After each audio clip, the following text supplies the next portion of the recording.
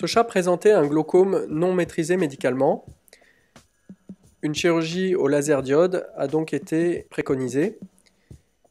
Le chat est tout d'abord anesthésié, puis placé de façon à ce que l'iris soit parallèle au plan de la table. Et sous microscope, nous allons effectuer plusieurs impacts de laser diode, comme vous le voyez ici, sur toute la circonférence de l'œil en région sclérale.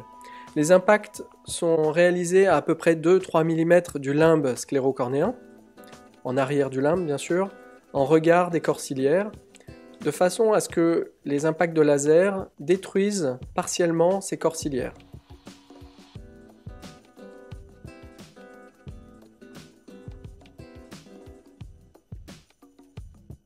Il s'agit donc d'une cyclophotocoagulation, c'est-à-dire que le laser permet d'obtenir une nécrose partielle des cellules du corps ciliaire et donc de limiter la sécrétion d'humeur aqueuse par les corps ciliaires et donc de rétablir une tension normale à moyen et long terme.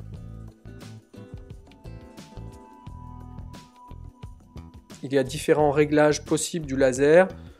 En moyenne, on règle avec une puissance de 1000 à 1500 mW et les temps d'impact sont de 1000 à 1500 millisecondes, c'est-à-dire 1 seconde à 1 seconde et demie environ, et on réalise en moyenne une trentaine d'impacts sur tout le pourtour de l'œil.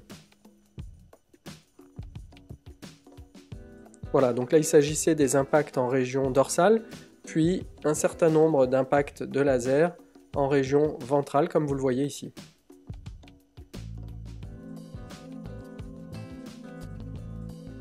Cette chirurgie donne de bons résultats et permet de vraiment bien stabiliser la tension à moyen et long terme, sans avoir trop de complications liées au laser.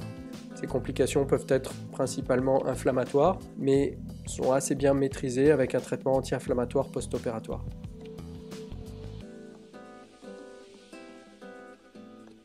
Voilà, là vous voyez la fin de l'intervention avec les derniers impacts en région ventrale. Toujours plus difficile à réaliser qu'en région dorsale, mais il suffit de bien exposer le globe pour atteindre cette région.